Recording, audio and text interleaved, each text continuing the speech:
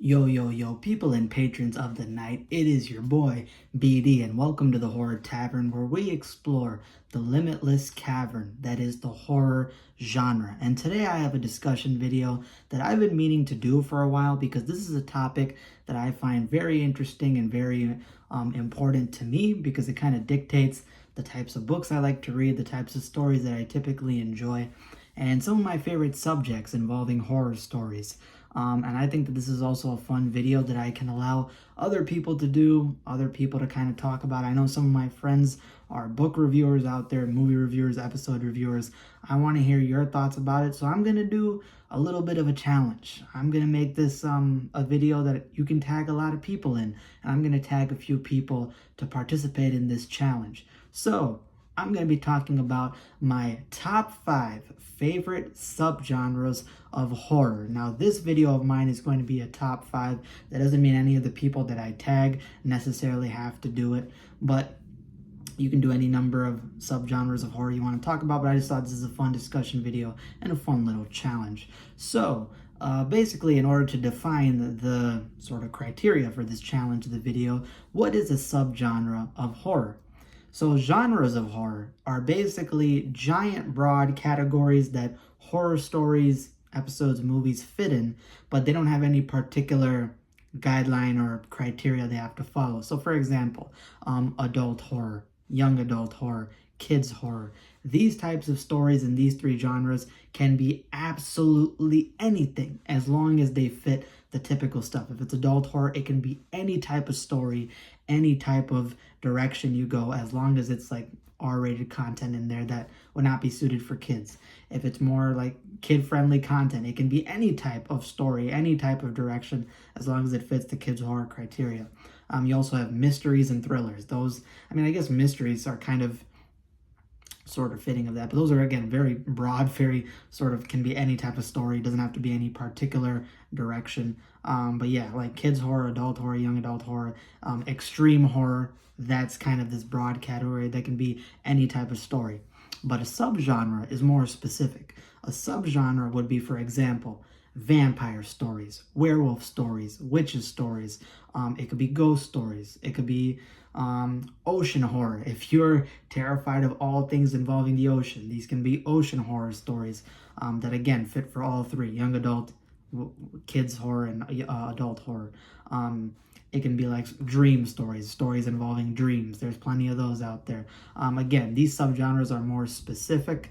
They have certain themes to them, but they're broad enough. There's enough stories made in there that you can talk about it. Slashers, that's another one. Again, that's a subgenre, but there's enough stories and content in there that you can make basically discussions about it. So those are what subgenres are. So again, I'm going to talk about my top 5 favorite subgenres with the 6th honorable mention. So without further ado, let's get into the video. I'm going to talk about them and also give some examples of stories that kind of fit my personal favorite taste and some of the best stuff I've read so far or watched so far or experienced that fits in those subgenres.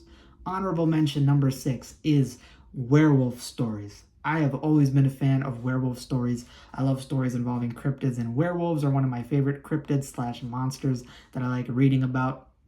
Some of my, I guess just to go over why I love them, werewolves are a very cool monster to me. I love the transformation aspect to it. Personally, as a hobby of mine, I like going outside and night sky gazing. I like relaxing outside, looking at the night sky, especially if there's a full moon. Outside in my neighborhood, sometimes there's like full moons and like these lines and layers of clouds, and in between the clouds, the full moon is shining bright.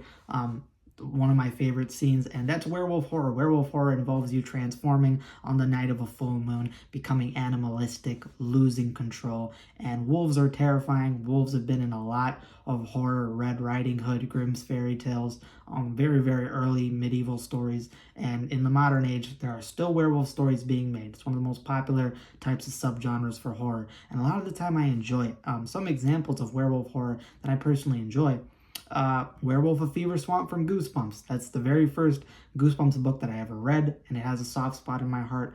I love the gore in it. I love the creepy atmosphere, the creepy ambiance and setting of Fever Swamp. I love the werewolf stuff in there. The Werewolf of Fever Swamp episode is one of my favorite kids horror episodes of all time. A lot of great action in there. Werewolf chase scenes, werewolf attack scenes, all very great. And some lore involving certain characters and how this werewolf virus spreads. Werewolf Skin from Goosebumps, another great werewolf story. People turning into werewolves, shedding their skin on Halloween night. Again, very cool, very awesome. I love those types of werewolf stories. Even some stories that are not that loved by people, that are divisive, like Werewolf's First Night, Tales to Give You Goosebumps, Book 2. I enjoy that one. That's the first one in there. People think it's all right. People think it's mid. I think it's good. And I know my friend Monster Blood is also a fan of werewolf stories, so he can vouch me on that. Even some of the weaker werewolf stories out there, like Bad Wolf Down from Creepshow. That's one that, even though I don't think it's that great, I still enjoyed it. I still had fun because I like the whole werewolf concept to it. And yeah, that's my honorable mention, number 6. But let's get into the main 5. Number 5. Now, this is not ranked, but I just want to go in order, numerical order. The first one, I guess, number 5 on my favorite subgenres of horror is carnival / circus / amusement park horror. The reason why amusement park I'm throwing in there is because carnivals have amusement park rides in them. They have big sideshow attractions a lot of the time in amusement parks, but carnival is kind of like a mix. It has circus in there, it has amusement park, so I'm going to focus more on carnival, but again, circus, amusement park, these big fun theme park settings, that type of stuff. I enjoy those kinds of stories, but I'm more so going to focus on, again, carnival and circus, but carnivals have amusement park stuff in there, so just fair warning. One of the big stories in carnival / circus stories that I'm a big fan of in the subgenre of horror is The Circus from Tales from the Dark Side Season 3. Tales from the Dark Side Season 3's first episode is The Circus, and it's about this guy who goes to investigate this rundown circus. It has this old gentleman in there. He seems very sort of creepy and eerie. And as he's investigating this worn down circus, he kind of wants to see some of the bad stuff that's gone on and sort of how, kind of doing like a report on it, just reporting on this rundown circus. The guy invites him on a tour and lets him take a tour of the circus. And he finds out that, well, this is no normal circus. In fact, this guy has a lot of freak show, sideshow stuff in there. But it's not just your normal circus, freak show, sideshow stuff. No. He has monsters in there. Actual monsters. Some monsters that a lot of you would recognize that are very famous. So again, it's like a mixture of creature feature and circus horror. You might see something involving that later in this video. So yeah, that's a great story involving circus stuff. Another carnival circus story that I very much enjoy is by Joe Hill from his Full Throttle short story collection, and that is Dark Carousel. Dark Carousel is about these 4 teenagers, seniors in high school, and they're about to reach college age. Some of them are about to go to college, some of them are about to go move away and stuff. And they got all different personalities. They're kind of like all stereotypes. You got a loud guy in there. You got a louder girl. You got a quiet girl, a more reserved, good girl with the bad side, that kind of trope. And they're trying to enjoy the last bit of this summer before they all head off in their own different life directions. And they decide to go visit a carnival in their town by like a bay. I think they live in like Maine or some type of bay by the ocean. And there's a carnival out on a dock there, and they want to go experience that and then go head up on a drive up to a cabin that one of their, I think, parents owns to go have some fun, drink party and stuff. So they go to this carnival and it's worn down. It's not what it used to be. It's just a shell of how popular it used to be. Now when they walk around, it's dark, it's dingy, it's got like vomit all over it, it's got popcorn, cotton candy machines broken. But they go to this main carousel that's in the carnival. And this carousel is odd. All the, I guess, riding animals on there are these demonic, malicious, horrific looking horses, panthers, sea monsters, different creatures. They all look eerie, they all look scary, and they all seem to track you as you walk by them. Their eyes seem to follow you for some reason anywhere you're on the ride. And again, it's dingy, worn down, and the guy who runs it is this kind of creepy guy, and he says that this carousel, all the different horses and creatures on here were pieces taken from other carnivals. So some pieces are from Britain, some pieces are from other parts of the United States.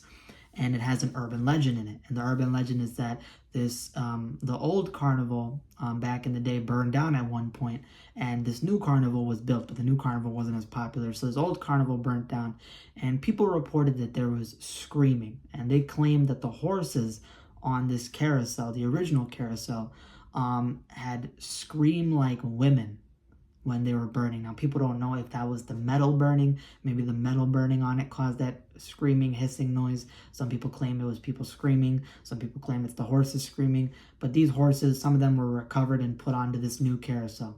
So again, very eerie. And as these kids end up committing an accident on the carousel, may or may not potentially injure somebody that is tied to the ride, they end up start driving over to the cabin once they leave this carnival, and they get targeted by some entities, by some vengeful spirits, by some things that may or may not be tied to the carnival, and it is brutal. There's a lot of brutal kills, brutal gore, brutal attack scenes. It is creepy, it is scary, it's intense. And this aspect of the story shifts to now one of the characters, trying to move past this event, becoming an adult, and yeah, it's not done. They're still being haunted. So those are some of my favorite circus/carnival stories. So let's get into the next subgenre of horror. The next subgenre of horror that I'm a huge fan of is creature feature. A lot of you probably know that I'm a big fan of creature feature. I love creature feature stories. Creature feature involving monsters and cryptids as the main focus of horror stories end up always being fun or some of my favorites. Some of the ones that immediately come to my mind are, for example, The Boogeyman by Stephen King. I covered this story a while ago. Stephen King's The Boogeyman story is clearly, as the title claims, about the boogeyman and deals with a man who is stalked, targeted by the boogeyman. The monster ends up putting some of his children and family's life at stake. He gets tormented by it. He gets driven into insanity, and he's kind of in a therapist's office talking to the therapist, proving that he's not the one who killed his children because the boogeyman did it. And now I'm going to tell you all the story about what's been happening to me for these past few years. One of my favorite creature feature stories. I really, really enjoy that one. Another creature feature story that I'm a big fan of is from Tales from the Dark Side's movie, and it is Lover's Vow. Lover's Vow, another great creature feature story, deals with a guy in New York. He ends up getting into this brutal attack encounter where this gargoyle monster comes down and happens to kill some people that he knows, and it makes him take a vow that you will never report this ever, and if you do, there will be a curse and I will come back to kill you on that vow. And he has to basically keep it a secret, and some plot twists are made later in the story. It is amazing. It is great. Speaking of Creepshow, another creature feature story I'm a big fan of is, of course, Shingo. Shingo is from the Creepshow not season 1, but volume 1 comic from Boom Studios, I believe, or Image, no, not Boom Studios, I think it's Image Comics. And it's about this birthday party entertainer who comes to this girl's birthday party and may or may not be more than meets the eye. It's this giant purple dinosaur with orange orangutan fur and an orangutan face, giant eyes, crooked, jagged teeth, and it's huge. It's like 9 feet tall, weighs like 800 pounds or something, 1,000 pounds. Huge monster looking thing that is basically this guy dressed up in a costume. Or is it? Or is it, people? Is it more than meets the eye? You may or may not find out as you read that story. That's a great one. So creature feature is one of my favorite genres. There's so many stories in there that I enjoy involving it. Even some guys who focus strictly on creature feature, like H.P. Lovecraft. He does cosmic horror, but he has a lot of crazy deities and creatures that he talks about in his stories. I love a lot of H.P. Lovecraft stuff. So creature feature is great. It intertwines with a lot of stuff that I enjoy, like the circus and Dark Carousel that I brought up that has some creature feature stuff in it. So yeah, creature feature, one of my favorite subgenres. My third favorite subgenre of horror is haunted mansion / haunted house stories. These stories come in a lot of different forms. I enjoy a lot of them. One haunted house story that really sticks out to me is called Jerusalem's Lot by Stephen King. It involves a guy who moves into a family inherited Victorian kind of manor or house in this small town, and it's said to be cursed, said to be haunted. He hears things moving in the walls. He thinks they're rats, but turns out more than meets the eye. People curse that house. They say it's cursed. They say it's haunted. They all shun it and kind of treat him as an outcast. And as he starts exploring the house and some other things, he starts finding out there may be more than meets the eye. And there is some horrific stuff that he sees in the basement and the cellar and some other things involving that story. That also has creature feature stuff in it. Again, a lot of my favorite subgenres intertwine into some of my favorite stories. That is one of them, haunted kind of stories. Another haunted house story that I'm a really big fan of is one that I saw recently, and it is from Tales from the Crypt, season, I think 2, it could be wrong, 2 or 3, I don't really remember.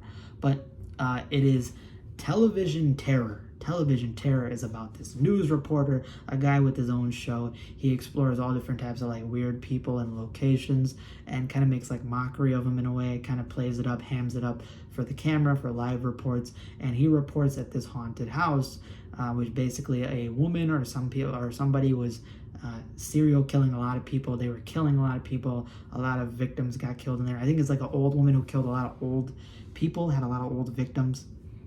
He decides to investigate the house, and he thinks that it's all, crap, that none of it is real, none of it is true.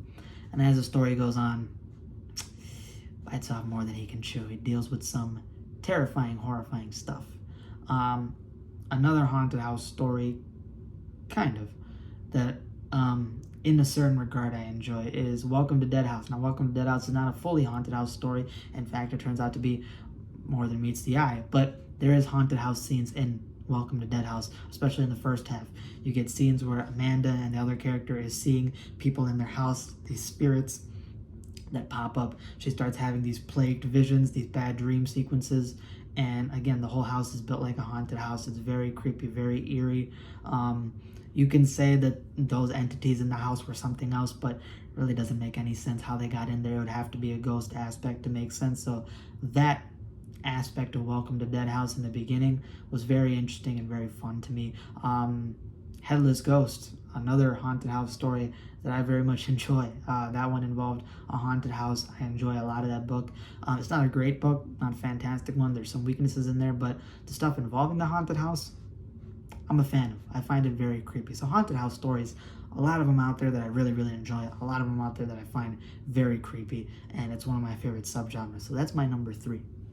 My number 4 is hell horror. Stories involving hell, the underworld.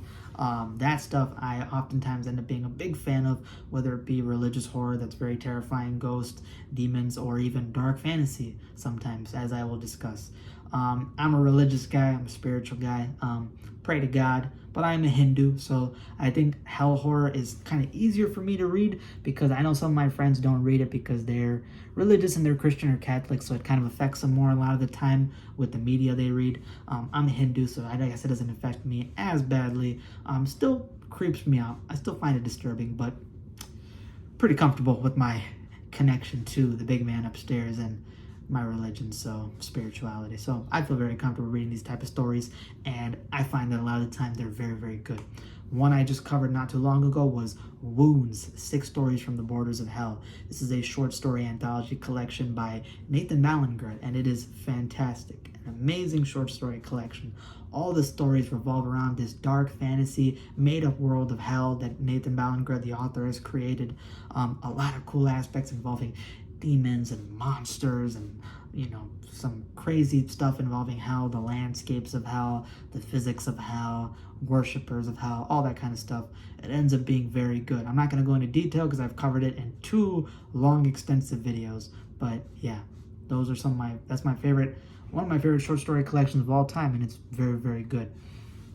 Another story that's worth pointing out is by Robert Bloch, and I read this short story a while ago from a short story collection of his called The Best of Robert Bloch. I don't think this was directly by him, but it's more so collecting a bunch of different stories from him, and this is a famous story of his, and that is The Hellbound Train.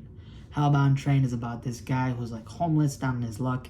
He's wandering around like just train tracks and forests and stuff, and he ends up stumbling upon a train, and this train is not normal. The train looks different, train looks supernatural, train looks eerie, and the conductor may or may not be the devil himself. And as he starts to board the train, the devil says, you know what, you're on board. This is the train meant for you, aka saying this guy's going to go to the underworld because he's a sinner, he's committed some bad things.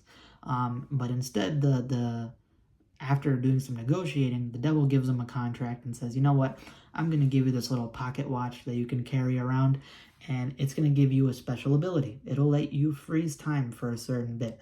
And I think he has a limited, I forgot the story, I have to reread it. I think it's a limited amount of times he can use it, or he can only use it once, and he's going to give him like a second chance at life, skip the train this time, and then by the end, when his time finally comes at the extended contract, he's going to have to board this hellbound train and obviously go to hell with the devil.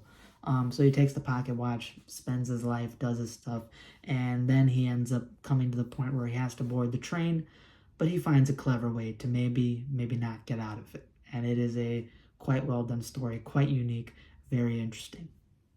Another story involving hell, the underworld, that's very, very good, creepy, scary, is Sometimes They Come Back by Stephen King from Night Shift. It's about this guy who is a teacher at a school, and he had an incident with his little brother back when he was younger where they got jumped by some bullies, and these bullies ended up killing his little brother. And, you know, he was never able to get revenge, never able to get comeuppance. And these bullies, I think they either disappeared or something happened to him that killed off the bullies at some point. So even though he felt kind of robbed, he kind of thought that all these things were settled. And as he's teaching in the school, he sees the three bullies again, but not as adults, as the same age they were when they killed his brother. And he starts freaking out. He's like, what the hell is this? Why are they here? And sometimes they come back. And this time they come back to haunt him. And he has to find a way to get rid of them and deal with them. I guess you can view it as a ghost story, but it's more so kind of like a demon story. It's kind of like a demon ghost story, so a little bit of a mix, but that one was really good. And the character does do something involving hell, the underworld, that plays a part. So yeah, number 4 on my list, hell stories is my subgenre. And number 5, my final one on my list is, can you guess? Can you think about it? No? Well, number 5 is urban legends. I've been a fan of urban legends ever since I was a kid. The very first horror book that got me into my love and journey of horror was Scary Stories to Tell in the Dark, all 3 books by Alvin Schwartz. I read it when I was a kid. It was the winter time. I was in the house by myself because my mom had to work, and I would just stay in the house during the winter. I kept most of the lights off except a reading light, and I read this book, and I could not sleep for 3 months straight. Scary Stories to Tell in the Dark, all 3 books have a bunch of urban legends in them. I used to read creepypastas and stuff on websites about urban legends. Some of my favorite urban legends, like in the book describes the Wendigo. There's urban legends about the Wendigo. There's the urban legend about the babysitter, about a woman who's babysitting some kids, and there is a killer or a strange man that may or may not be in the house with her, calling her from a phone that she does not realize. There's an urban legend story about a person that's house sitting, and there happens to be like this movie theater or a relaxing place that they can stay at, and there's a clown statue. And when they report that there's a clown statue in the house, and they kind of want to cover it up because they think it's eerie to the house owner goes, I don't have a clown statue. I don't know what you're talking about. There's an urban legend called Humans Lick 2, about a girl who is scared. She hears reports about this serial killer, crazy guy running around, and she has her dog with her. She locks all the doors, stays in the house, and she has her dog always lick her hand when she puts her hand down underneath the bed as reassurance, kind of makes her feel comfortable before she goes to sleep. And one day she wakes up and something happened to the dog, and she has a revelation, because if your dog is dead, what licked your hand before you went to bed? Yeah. A lot of urban legend stories out there that I'm a big fan of. I love books that do urban legends, even books that I'm not a big fan of. Like, let's say, like You Can't Scare Me from Goosebumps. Even though that book is super mid and boring, the mud monsters urban legend in that story is one of my favorite things in Goosebumps. I love the lore about a town that got flooded and all the people's corpses and bodies ended up in the mud, and they drowned, died there, and then now they come back every so often as these mud monsters. That is horrific. That is so cool, so interesting, and so great. So there's lots of urban legend stories out there that I enjoy. And again, those are my 5 favorite subgenres with an honorable mention. And a lot of these stories end up intertwining a lot of the time and make for some of my favorite stories of all time. So that's my top 5 favorite subgenres of horror. Hope you guys enjoy the discussion video. And this is a challenge. So I'm actually going to challenge a few people to participate in this. So I have 3 people that I'm going to nominate for this. First off is Goosebumps completionist, Mr. Austin himself. I say that you should make a favorite horror subgenre video. Monster Blood, also Austin as well. I suggest that you make one of these videos. And Michael Goosebumps fan, Michael, make one of these videos as well. I recommend all 3 of you make a video about your favorite subgenres of horror, whether it involves kids horror, adult horror, YA, group it all into one. And yeah, I would love to check that out. So that's my challenge for those 3 people. And you guys can also challenge other people when you make the vids. That's all I have for today. Hope you guys enjoyed. If you liked the video, hit that like button, hit that subscribe button down below. We're almost at 300 subscribers. And yeah, all I have for today. Hope you guys enjoyed, and deuces. Bye.